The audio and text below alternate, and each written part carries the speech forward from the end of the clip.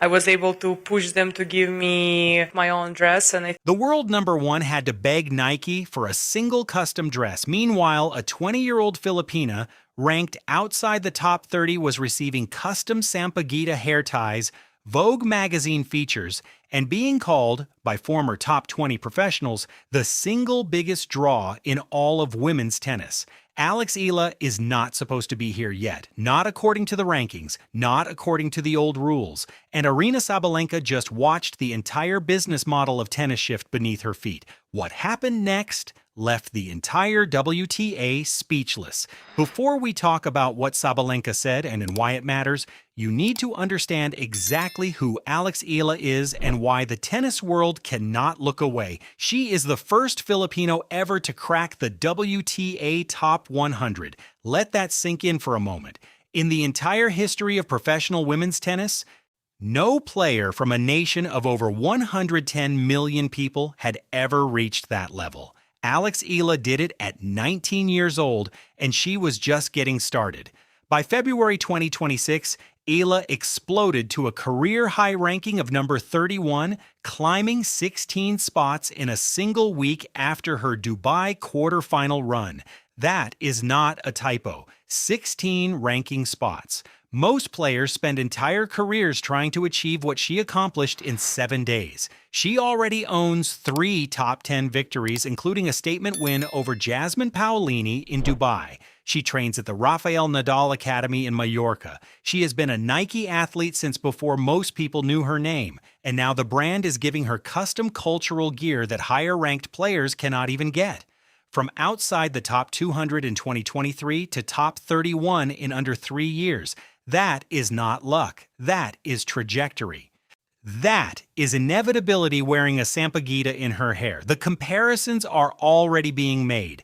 The new Lena Osaka-level market impact before the slams even arrive.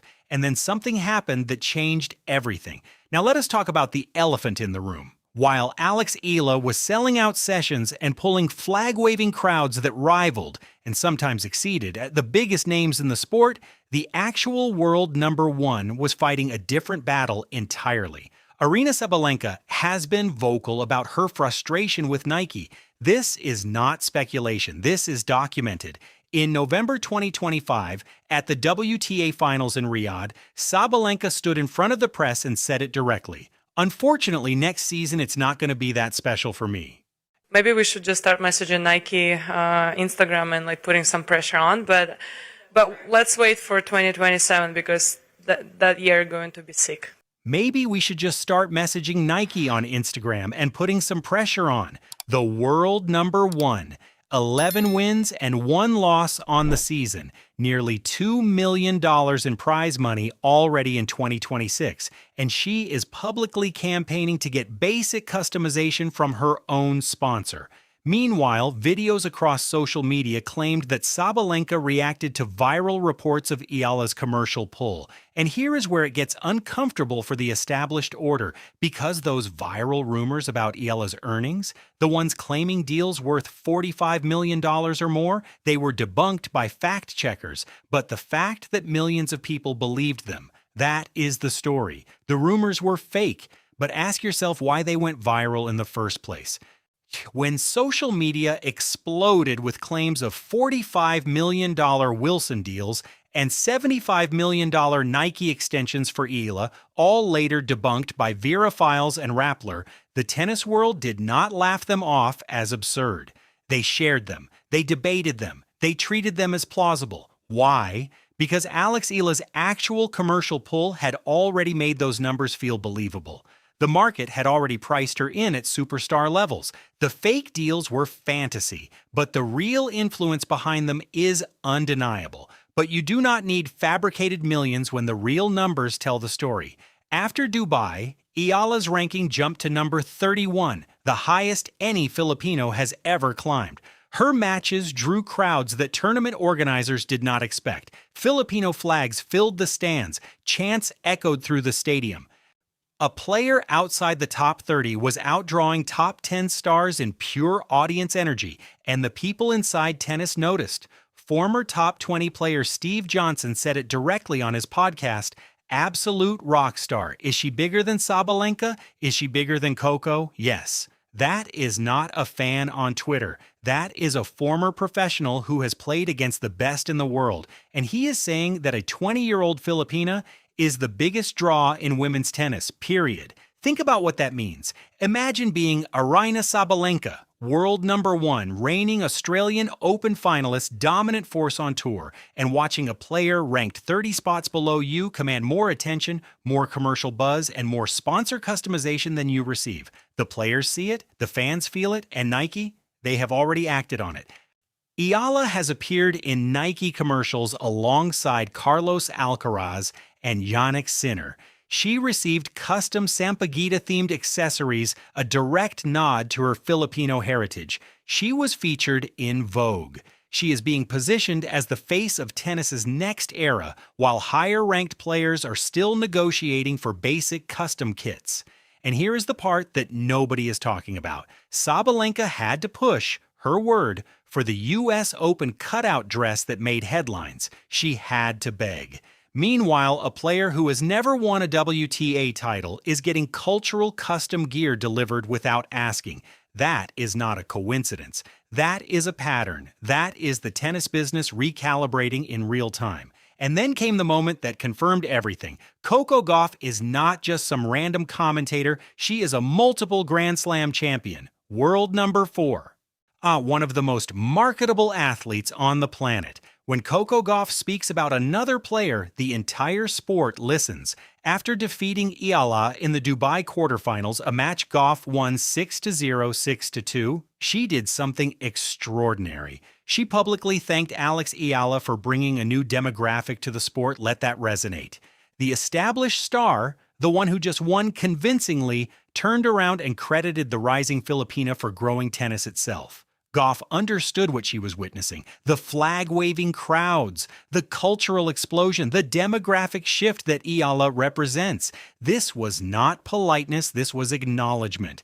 The old guard is watching the new era arrive, and they are choosing to embrace it rather than fight it. But this story is bigger than Eala. Tennis has been searching for its next global superstar since Serena Williams stepped back. The sport needs new faces that can capture emerging markets, and Eala checks every single box. Over 110 million Filipinos, millions more in diaspora communities across the Middle East, North America, and Asia, an entirely untapped Southeast Asian market that has never had a tennis hero to call their own. This is not just good for Eala, this is transformative for women's tennis. Tournament directors are already taking notes.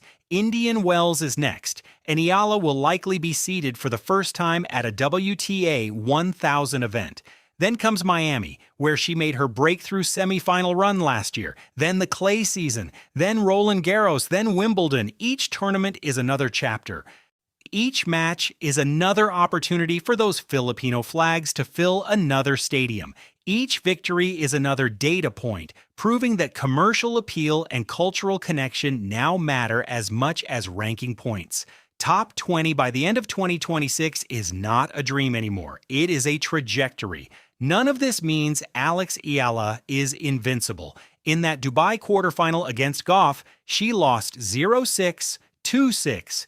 The gap was, in her own words, pretty prominent. She was outplayed by a more experienced champion on the biggest stage of her young career. But here is what she said afterward. That's not to say that I'm so far out of reach. I feel good about the whole week. The biggest takeaway is that I'm on the right path.